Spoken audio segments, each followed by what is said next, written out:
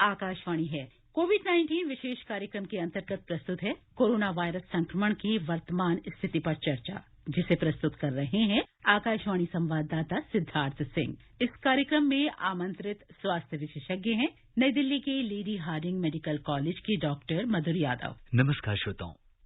पूर्व राष्ट्रपति doctor APJ Abdul Kalam का कहना था, you cannot change your future but you can change your habits and surely your habits will change your future. यानी आप अपने भविष्य को नहीं बदल सकते, लेकिन आप अपनी आदतें बदल सकते हैं और बदली हुई आदतें आपका भविष्य बदल सकती हैं। कोरोना के इस न्यू नॉर्मल ने हमारे अंदर बहुत सारे बदलाव ला दिए हैं। जहां एक ओर हमने कोरोना पर काबू पा लिया था, लेकिन जैसे जैसे अब इसके मामले तेजी से बढ़ रहे हैं, हमें और ज्यादा सावधान और सतर्क रहने की जरूरत है। कोरोना से बचाव के लिए वैक्सीनेशन एक बहुत बड़ा शस्त्र है और अब तक 5.5 करोड़ से ज्यादा लोगों का टीकाकरण किया जा चुका है। श्रोताओं, आकाशवाणी पर हमारी यही कोशिश रहती है कि आपको सही और सटीक जानकारी दें। इसलिए कोरोना और इसकी वैक्सीन को लेकर आपकी शंकाओं और तमाम सवालों का जवाब देने के लिए आज के इस विशेष फोन इन कार्यक्रम में हमारे साथ हैं लेडी हार्डिंग मेडिकल कॉलेज नई दिल्ली के मेडिसिन विभाग में प्रोफेसर डॉक्टर मधुर यादव। डॉक्टर मधुर, नमस्कार। कार्यक्रम में आपका स्वागत है। नमस्कार श्रोताओं, कोरोना से संबंधित सवाल डॉक्टर मधुर से हमारे टोल फ्री नंबर 1800-115767 और 011-233-14444 पर पूछ सकते हैं। अगर आप सोशल मीडिया का इस्तेमाल करते हैं तो आप हमारे ट्विटर हैंडल @AIR News पर #AskAIR पर अपने सवाल पोस्ट कर सकते हैं। डॉक्टर मधुर, अगर हम देखें तो कोरोना के केसेस तेजी से बढ़ते जा रहे हैं और वहीं एक दूसरी बात यह है कि सरकार ने 45 साल से अधिक उम्र के नागरिकों को भी 1 अप्रैल से कोविड वैक्सीन लगाने की अनुमति दे दी है और इसके लिए जो गंभीर बीमारी की शर्त थी वो भी हटा दी गई है। अब इसका दायरा काफी बढ़ जाएगा। आप क्या कहेंगे इस लार्जेस्ट वैक्सीनेशन प्रोग्राम के बारे में? देखिए, ऐसा है कि जो ये इस समय जो हम लोग का वैक्सीनेशन प्रोग्राम है, ये विश्व का सबसे बड़ा प्रोग्राम, इससे बड़ा कोई प्रोग्राम कहीं पर नहीं चल रहा है। और जिस तरीके से हम लोगों ने अभी 5.5 लाख का, लगभग 5.5 करोड़ का जो हम लोगों ने टारगेट पूरा किया है जी। और वो भी थोड़े समय में, ये बहुत बड़ी सफलता है। अभी जो भारत सरकार ने कहा है कि 45+ के लिए 1 अप्रैल से चालू हो जाएगा वैक्सीनेशन प्रोग्राम और उसके लिए कोमॉर्बिड कंडीशन की जरूरत नहीं है। देखिए सर, मैं लोगों को बताना चाहूंगा जी, देखिए 45+ वाला जो ग्रुप है, ये अगर हम देखें तो 88% डेथ हुई थी इसमें जी। अगर टोटल डेथ हम लोग 1.6 लाख मान लें तो 88% डेथ इस ग्रुप में हुई थी। ये ग्रुप बहुत वल्नरेबल ग्रुप है। इसमें ये न्यू ऑनसेट डायबिटीज, हाइपरटेंशन आता है। आदमी उम्र के उस मुकाम पर होता है जब वो धीरे धीरे मैच्योर हो रहा होता है, उसका एजिंग सेट इन हो रही होती है। तो इस ग्रुप को अगर हम इंक्लूड कर लेते हैं और हम सक्सेसफुली इसको वैक्सीनेट करते हैं तो हम काफी हद तक जो अभी हमारा ये जो हम लोग देख रहे हैं कोविड का राइज हो रहा है, इसको कंटेन कर सकते हैं। मैं एक चीज और कहना चाहूंगा, अगर हम बजाय 30 से 35 लाख जो हम लोग रोज के वैक्सीनेट करें, अगर हम इस फिगर को 45 के आसपास ले आते हैं रोज का और थोड़ा सा एफिशिएंटली कर देते हैं तो हम 4 महीने में इस 45 वाले ग्रुप को टैकल करके इस महामारी का किसी हद तक अंत कर सकते हैं। जी बिल्कुल। तो इसलिए जो भी श्रोता हमारे सुन रहे हैं, 1 अप्रैल से 45 साल से अधिक उम्र के लोगों का टीकाकरण किया जाएगा। तो आप इसके लिए 1 अप्रैल से जो रजिस्ट्रेशन प्रोसेस शुरू होगी उसके लिए, तो डॉक्टर मधुर थोड़ा सा अपने श्रोताओं को ये भी बताते हैं कि जो लोग वैक्सीनेशन कराना चाहते हैं तो उनकी रजिस्ट्रेशन प्रोसेस क्या होगी? देखिए ऐसा होता है कि अब जब सरकार ने इसको थोड़ा सा और वाइड कर दिया है कि आप प्राइवेट में करा सकते हैं, सरकारी में करा सकते हैं आप, तो आपको एक बार जाकर अपना नाम रजिस्टर कराना होता है। वो आप ऐप से भी करा सकते हैं, आरोग्य सेतु ऐप से भी करा सकते हैं। आपको नाम एक बार रजिस्टर हो जाता है, आपके पास मैसेज आता है और यदि मैसेज नहीं भी आता तो भी आप किसी भी बड़े सेंटर में जाके अपना नाम लिखा के और यदि उस दिन का पॉसिबल होता है तो ठीक है, नहीं तो वो आपको नेक्स्ट डे की डेट देते हैं। देखिए इतना बड़ा प्रोग्राम है। अगर छोटा मोटा ग्लिच आता है तो इसमें कोई बुरा मानने वाली बात नहीं है। इसलिए जैसे भी हो सके हमको थोड़ा प्रोएक्टिव होकर एक्ट करना चाहिए और हमारी बेहतरी के लिए जो काम किया जा रहा है उसमें सहयोग करना चाहिए। जी। और डॉक्टर मधुर, अगर हम देखें तो सबसे पहले आपसे ये जानना चाहेंगे कि आपने वैक्सीनेशन करा लिया है, तो आपका व्यक्तिगत अनुभव कैसा रहा है?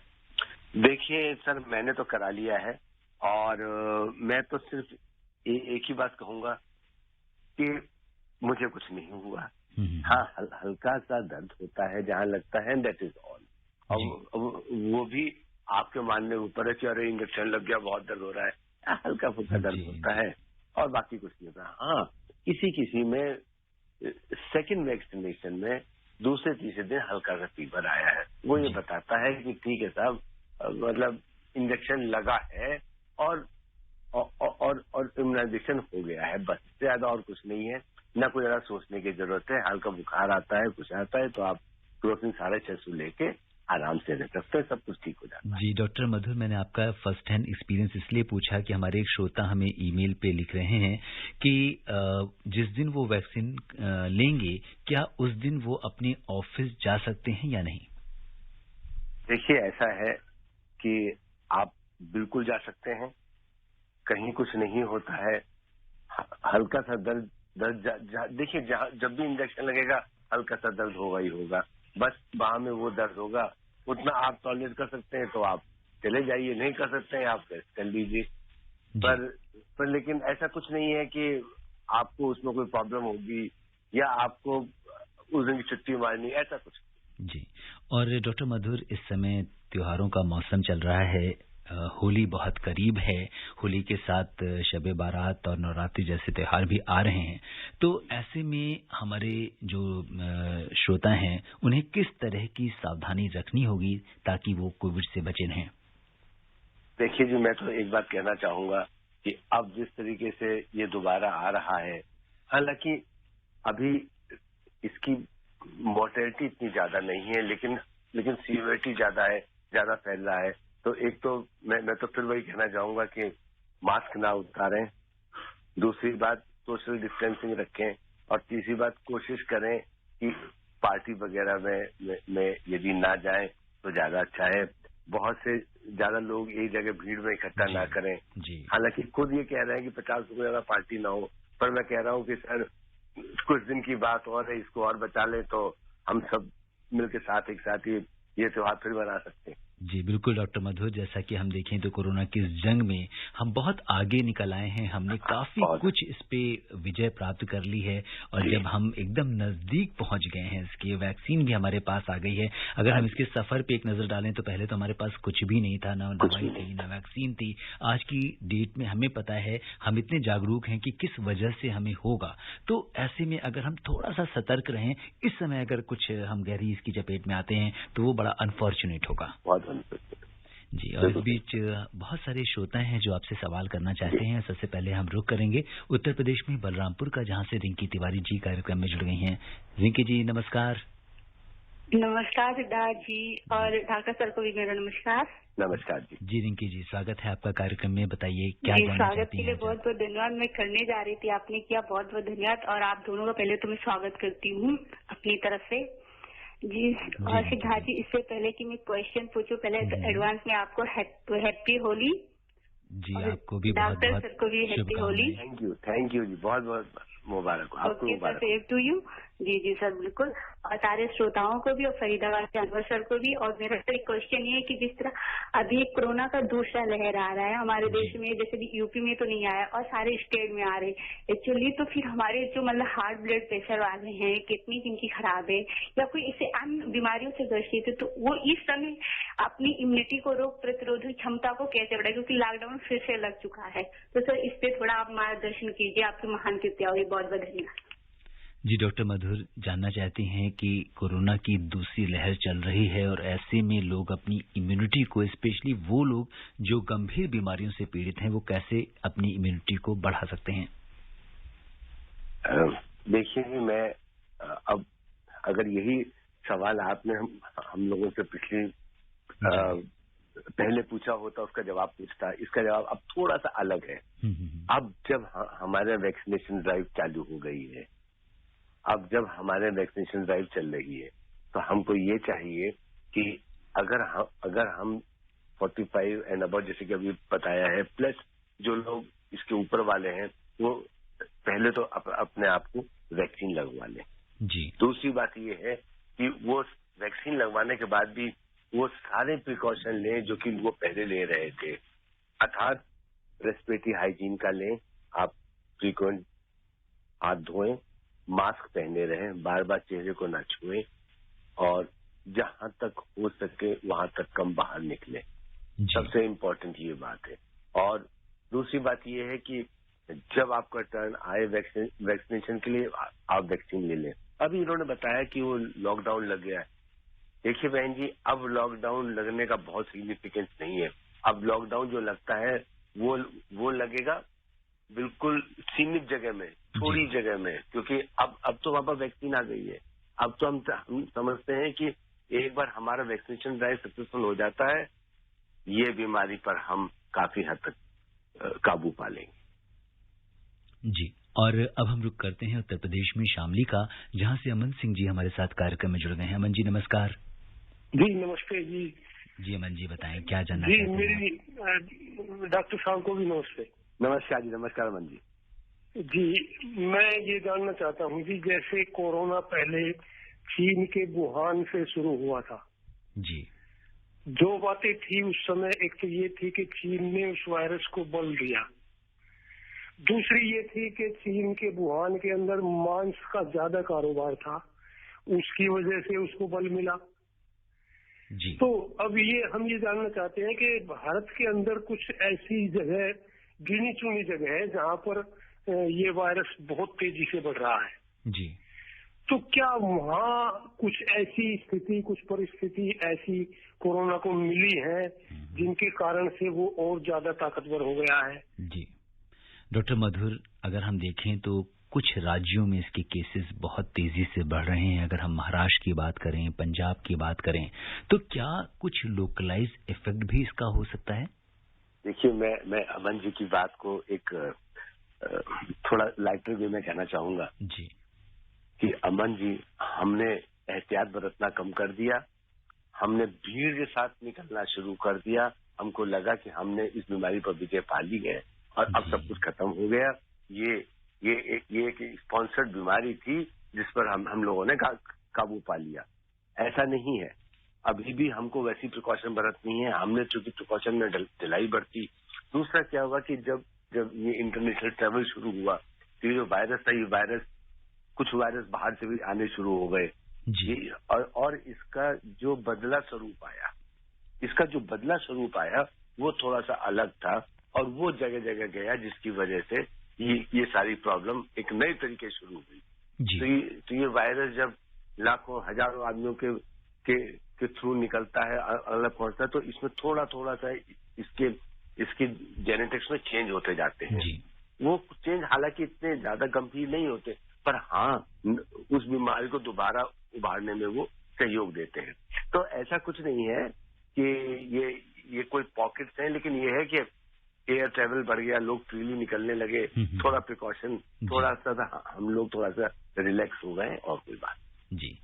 और जो श्रोता हमसे अभी भी जुड़े हैं उन्हें हम बता दें कि कोरोना जागरूकता श्रृंखला के आज के इस विशेष कार्यक्रम में श्रोताओं के सवालों का जवाब दे रहे हैं लेडी हार्डिंग मेडिकल कॉलेज नई दिल्ली के मेडिसिन विभाग में प्रोफेसर डॉक्टर मधुर यादव। आप भी हमारे स्टूडियो में फोन कर अपने सवाल का जवाब पा सकते हैं। हमारा टोल फ्री नंबर है 1800115767 और हमारे दिल्ली स्टूडियो का दूसरा नंबर है 01123314444।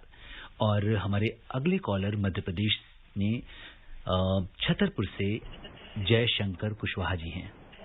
हेलो जयशंकर जी, नमस्कार। नमस्ते साहब, प्रणाम साहब, दोनों जनों को साहब। नमस्कार जी। शंकर जी बताइए। कुशवाहा छतरपुर मध्य प्रदेश से बोल रहा हूँ साहब। जी बताइए। हम साहब 57 वर्ष के हुए साहब, हमें कौन सी प्रक्रिया करनी पड़े जिसमें टीका जल्दी लग जाए? जी डॉक्टर मधुर, 57 साल की उम्र है जयशंकर जी की, तो अब ये एलिजिबल हो जाएंगे? हाँ जी, आप एलिजिबल हैं। आपको चाहे भले कोई कोमॉर्बिड डायबिटीज हो, हाइपरटेंशन हो, किडनी डिजीज हो या नहीं हो, आप एलिजिबल हैं, आप जाइए अपने वहां पर अपना नाम रजिस्टर कराइए और वो आपको डेट बताएंगे, उस दिन जाके आप लगवा लीजिए। जी। और डॉक्टर मधुर, अगर हम वैक्सीन की बात करें कि इस समय 2 वैक्सीन कोविशील्ड और कोवैक्सीन लग रही हैं। कोविशील्ड के केसेस में कुछ संशोधन किया गया है। 2 डोसेस के बीच का जो अंतराल है वो पहला टीका लगने के बाद 4 से 8 सप्ताह कर दिया गया है। तो ऐसे में जो लोग पहले जो इसकी पहली डोज ले चुके हैं उन्हें अब किस तरीके से दूसरी डोज के लिए तैयारी करनी होगी? जी देखिए, ऐसा है कि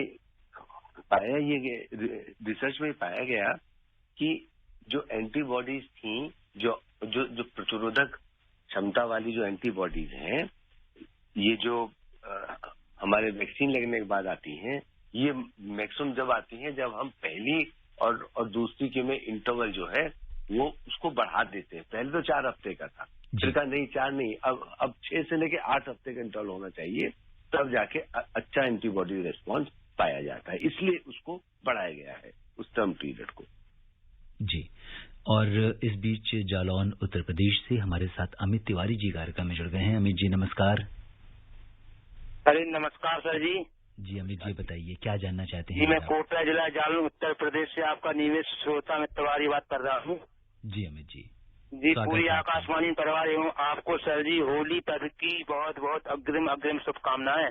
अमित जी आपको भी बहुत ढेर सारी शुभकामनाएं। जी धन्यवाद। शुभकामनाएं की सर जी ये कह रहे हैं जैसे कि वैक्सीन आ गई है और सभी लोग मतलब एहतियाती उपाय भी बरत रहे हैं, सभी लोग मास्क लगा रहे हैं, लेकिन फिर भी सभी लोगों के मन में घबराहट है जो अभी तक मतलब ऐसा क्यों है, मतलब कि मतलब घबराहट है कि मतलब कि अभी जो टीका है और ये मतलब कितना समय लगेगा, कितने दिन तक क्या चलेगा?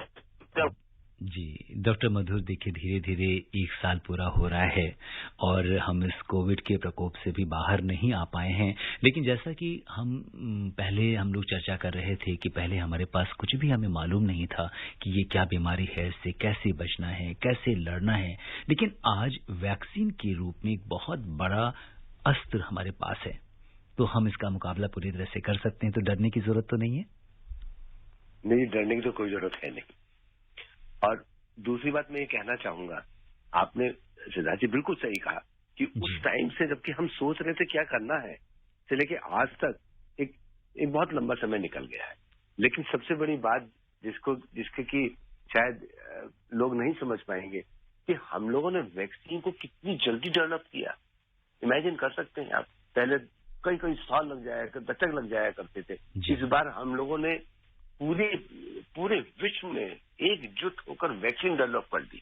ये बहुत बड़ी बात है और उस वैक्सीन से अब कम से कम हम अपने काफी लोगों को वैक्सीन करके इस दुर्दांत बीमारी से बचा सकते हैं। और देखिए, ये सोचना कि हमारे मन में भय तो ये हर चीज का होता, कमरे में आप बैठे ऊपर से पंखा ही गिर गया, क्या कर सकते हैं, लेकिन ये है कि जहां तक हो सकता है हम लोग अपना एहतियात बरतें, हम लोग वैक्सीन लगवाएं और जैसे जैसे प्रिकॉशन बताए गए वैसे फॉलो करें, और वैक्सीन लगवाने के बाद भी सोशल डिस्टेंसेस, लगातार हाथ धोना और मुंह पर मास्क लगाना, इसको कंटिन्यू रखें। जी, और डॉक्टर मधुर, जैसा कि हम ये कह सकते हैं कि हम भारतवासी ब्लेस्ड हैं कि हमारे पास एक नहीं 2 मेड इन इंडिया वैक्सीन है, और एक वैक्सीन उसमें से तो पूरी तरह से हमारी स्वदेशी वैक्सीन है, हमारी कोवैक्सीन जी, जिसको पूरा देश ही नहीं बल्कि पूरे विश्व में उस वैक्सीन को उसकी इफिकेसी के लिए, इफिशियंसी के लिए लेंसेट जैसे जर्नल्स ने उसको एप्रिशिएट किया है। जी हाँ। और अब हम रुक करते हैं मध्य प्रदेश में सिपरी का, जहां से शिव कुमार जी हमारे साथ कार्यक्रम में जुड़ गए हैं अपने के साथ। जी शिव जी नमस्कार। सर जी नमस्कार। नमस्कार जी, नमस्कार जी। शिव जी बताइए कैसे हैं आप और क्या जानना चाहते हैं? सर जी प्रणाम पहले तो डॉक्टर साहब को, और आपको मैं ये पूछ रहा हूँ कि मैं 45 साल से ऊपर की मेरी उम्र है जी, और मेरे कमजोर हाइट भी है, क्या वैक्सीन लगवाना जरूरी है? मेरे शरीर में बहुत घबराहट भी होती है और मुझे दर्द भी होता है जोड़ों में दर्द रहता है। जी डॉक्टर मधुर, कोरोना के भी फिलहाल मुझे बहुत डर लग रहा है और वैक्सीन का भी डर लग रहा है। आप डॉक्टर साहब आप मुझे उपाय बताएं। डॉक्टर मधुर, देखिए कोरोना से तो डर लग रहा है, वैक्सीन से भी डर लग रहा है, तो ऐसे में किसका डर ज्यादा है ये समझ में नहीं आ रहा, लेकिन ये कैसे वैक्सीन लगवाएं? देखिए मैं आपसे एक ही बात कहना चाहूंगा कि ऐसी कोई डर वाली बात नहीं है। वैक्सीन से कोई डरने वाली बात नहीं है। वैक्सीन क्या करता है? वैक्सीन तो आपको उस बीमारी से लड़ने के लिए प्रतिरोधक क्षमता देता है। जी। देखिए, अगर बीमारी हो जाएगी उसका खतरा, मैं इसको एक और तरीके से कहना चाहूंगा जी कि देखो, जिंदगी बहुत बहुत नेक नियामत है, इसको बेकार ना जाने दें। दूसरी बात यह है कि वैक्सीन लेने से आप कोरोना से बचेंगे। कोरोना से बचाव करना बहुत जरूरी है। डर होना, ये तो हर चीज के लिए डर होता है, डर से कुछ नहीं होता है साहब। अब 45 साल के हो गए हैं, अब आप इतने मैच्योर हो चुके हैं कि आप डर को किनारे रख सकते हैं। बिल्कुल, डर के आगे जीत है। और डॉक्टर मधुर, अगर हम देखें तो इसी तरह का कुछ सवाल, जब हमने शुरू में मास्क लगाना शुरू किया था तो बहुत सारे ऐसे लोग थे जो कहते थे मास्क लगाने से बहुत नुकसान हो रहा है, हम कार्बन डाइऑक्साइड अंदर ले रहे हैं, या तरह तरह के सवाल आते थे। लेकिन आज, क्योंकि हम शायद ये नहीं जानते थे कि हमारा दोस्त है, ये हमारी खुद की सुरक्षा के लिए है, और शायद वैक्सीन के केस में भी वही बात है कि वैक्सीन हमारी खुद की सुरक्षा के लिए है, ये हमारे बॉडीगार्ड है। तो हमें अपने बॉडीगार्ड से परहेज नहीं करना है, उससे डरना नहीं है। और इस बीच हम रुख करते हैं मध्य प्रदेश में मंदसौर का, जहां से बसंती लाल जी अपने सवाल के साथ कार्यक्रम। जी सर जी, नमस्कार। जी बसंती लाल जी, बहुत बहुत नमस्कार। सर, मैं सगोरिया स्कूल घाटी, जिला मंदसौर, मध्य प्रदेश से मैं बसंतीलाल सूर्यवंशी बोल रहा हूँ। पहले तो आपको डॉक्टर साहब और सर, आपको होली की ढेर सारी शुभकामनाएं। मेरे 2 प्रश्न हैं, जैसे कि 45 साल वाले को जो कोरोना टीका लगना है और बच्चों में लगना की संभावना है क्या सर? ये ऐसा है, सबसे बड़ी बात तो ये है कि हम पहले उनको टीका लगाएंगे जिनको खतरा ज्यादा है। खतरा किनको ज्यादा था? 60 साल से ऊपर वालों को, जिनको कोमॉर्बिड कंडीशन थी, जो हेल्थ वर्कर थे, जो बाकी फ्रंटलाइन वर्कर थे। ये पूरा हो गया। अब हम उन पर आते हैं जिन लोगों की डेथ ज्यादा हुई है कोरोना के दौरान। वो कौन से? 45 प्लस वाले लोग, जिसमें कि सारी बीमारी हो ना हो, वो आते थे। इसमें आ गए आप लोग। बच्चों में अगर होता भी है ना, ये तो बहुत माइल्ड होता है। बच्चे सिर्फ ट्रांसमिट कर सकते हैं। बच्चे यहाँ से लेके अपने ग्रैंड पेरेंट्स को दे सकते हैं, लेकिन बच्चों को खुद नहीं होगा। खुद बच्चे इसलिए हम लोग कोशिश करते हैं कि पहले एडल्ट्स को ले लें, जब बाद में बच्चे होंगे तो फिर बच्चों को बाद में देखा जाएगा। पहले तो जो हमारा 88% ग्रुप है, जो कि मेजर ग्रुप है, पहले हम उसको वैक्सीनेट करना चाहेंगे। उसे वैक्सीनेट करने के बाद हम फ्री हो जाते हैं, फिर हम बच्चों की तरफ फोकस करेंगे। ये बात है जी। और आपने बच्चों की बात की है तो डॉक्टर मधुर, होली का भी मौसम नजदीक आ रहा है, और आप बच्चों से क्या अपील करेंगे? देखिए, बच्चों से मैं ये कहना चाहूंगा कि देखो बच्चों, आप लोगों को तो कुछ नहीं होता, लेकिन आप जिस घर में रहते हो, आप जिस परिवेश में रहते हो, आप अपने नाना दादी या बूढ़े माँ बाप के साथ रहते हो, तो कृपा करके घर से ज्यादा बाहर मत निकलें, ठीक है? और कोशिश करें कि घर में भी अगर आप अपने ग्रैंड पेरेंट्स के पास जा रहे हैं या अपने बूढ़े माँ बाप जा रहे हैं, तो आप मास्क लगा के उनके पास जाएं। और कोशिश करें कि आप भीड़ भाड़ वाले इलाके में बहुत ज्यादा ना जाएं। ठंड से बचें अभी भी, क्योंकि अभी ठंड होने वाली है। और मास्क लगाएं और अपने हाथ में निरंतर धोते रहें। जी डॉक्टर मधुर, आपने ये जो संदेश हमारे छोटे बच्चों को दिया है, अगर हम देखें तो इस पूरी जर्नी में सबसे ज्यादा मुझे लगता है अगर कोई सफर रहा है तो वो बेचारे बच्चे हैं, क्योंकि कहीं ना कहीं पूरे साल वो खेलने नहीं गए, घरों से बाहर नहीं निकले, स्कूल नहीं गए, और पूरी तरह से, और मुझे लगता है कि इस प्लेटफॉर्म को यूज करते हुए हम उन सभी बच्चों का हमें धन्यवाद भी करना चाहिए जिन्होंने इतना सहयोग दिया पूरे परिवार को, पूरे समाज को। तो ऐसे बच्चों को मतलब बिल्कुल हमें नाज है इन बच्चों के ऊपर। बिल्कुल सही है। और अब हम अपने अगले कॉलर को लेते हैं। दिल्ली से ब्रह्मदत्त जी हमारे साथ कार्यक्रम में जुड़ गए हैं। ब्रह्मदत्त जी नमस्कार। सर जी प्रणाम। जी प्रणाम। डॉक्टर साहब प्रणाम। प्रणाम। डॉक्टर साहब, मैं मंगोलपुरी दिल्ली से ब्रह्मदत्त बोल रहा हूँ। सबसे पहले सर जी उनको भी मैं नमस्कार करता हूँ जिन्होंने मेरा फोन आपसे कनेक्ट किया।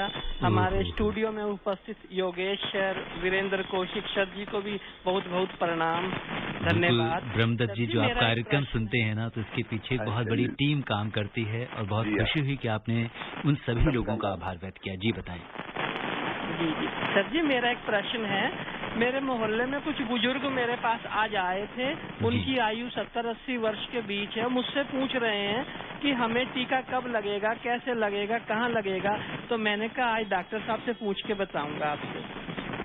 जी डॉक्टर मधुर, बुजुर्ग की बात की इन्होंने, बुजुर्गों की, तो उन्हें टीका लगवाने के लिए इस समय उनका लग भी रहा है, तो आप क्या कहेंगे? देखिए, ऐसा है 70-80 साल के यदि हैं तो उनको तो अब किसी से कुछ पूछने की जरूरत ही नहीं है जी। सरकार ने तो उनके लिए पहले ही ओपन कर रखा है। आप जहां भी कहीं वैक्सीनेशन हो रहा है वहां जाके आप या तो अपने आरोग्य सेतु से, नहीं तो वहां जाके रजिस्टर करा जी, वॉक इन भी जा सकते हैं। आप आगे लगवा लीजिए। जी, और देखिए हमने डॉक्टर मधुर अपने कार्यक्रम में बच्चों को आपने एक संदेश दिया। बुजुर्ग भी हमारे एक ऐसे मतलब लोग थे जिन्होंने इस पूरे पैंडेमिक में पूरे साल जो है घर पे रहकर और अपने उस ग्रुप में, क्योंकि आप याद करिए अगर पुराने दिनों की हम बात करें साल भर पहले, तो कितने सारे बुजुर्ग किसी पार्क के बाहर जोर से हंसते हुए, मुस्कुराते हुए, खिलखिलाते हुए दिखते थे, पर वो सब चीजें कहीं गुम हो गई। आप उनसे क्या कुछ कहेंगे? जी डॉक्टर मधुर, आपका संदेश। देखिए मैं कहना चाहूंगा कि इस महामारी में, इस पेंडेमिक में सब लोगों ने मिलकर इस तरीके से काम किया है जैसे कि एक कॉम्पैक्ट यूनिट काम कर। बच्चों ने अलग किया है। बच्चों का तो बेचारों का बचपना छिन गया, बाहर की आउटिंग खत्म, बाहर जाना खत्म, स्कूल नहीं गए, ऑनलाइन में क्या होता है, बच्चे बहुत परेशान थे। दूसरा, बुजुर्गों ने पूरी तरीके से कोऑपरेट किया, हर तरीके से। और साहब ये बात मैं कहूंगा कि अगर हम उठाकर देखें, बाहर के देखें, इटली देखें, फ्रांस देखें, उसके कंपैरिजन में हमारे बुजुर्ग यहाँ बहुत सेफ रहे। शायद हम लोगों ने प्रिकॉशन ज्यादा अच्छी तरह बरती, शायद हम लोग समय रहते चेत गए। मैं तो यही कहना चाहूंगा कि हम लोगों ने समय रहते फायदा उठाया और वो सारे प्रिकॉशंस लिए जो कि प्रिकॉशंस टाइम अप्रोप्रिएट थे और हम लोगों ने काफी कुछ बचाव किया। बिल्कुल। और अब हम आज की जो हमारे लास्ट कॉलर हैं यामिन जी लोनी से इंतजार कर रहे हैं। यामिन जी नमस्कार। जी नमस्कार डॉक्टर साहब। जी यामिन जी, समय बहुत कम है, जल्दी से अपना सवाल पूछिए। जी मैं ये पूछना चाह रहा था जी, जैसे कि जिन लोगों को डायबिटीज है, बीपी की बीमारी है, क्या इनको भी वैक्सीन लग सकती है जी?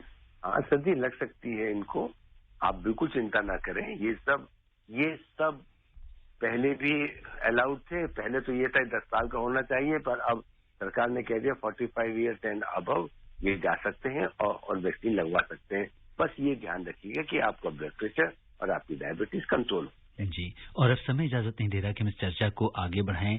डॉक्टर मधुर, चलते चलते एक संक्षेप में आकाशवाणी के श्रोताओं के लिए आपका संदेश। देखिए सरदार जी, सबको होली की बहुत बहुत शुभकामनाएं। और दूसरी बात मैं कहना चाहूंगा कि अभी भी खतरा टाला नहीं है। वैक्सीन इसका एक अच्छा अस्त्र है हमारे पास, जिसको हमें इस्तेमाल करना चाहिए।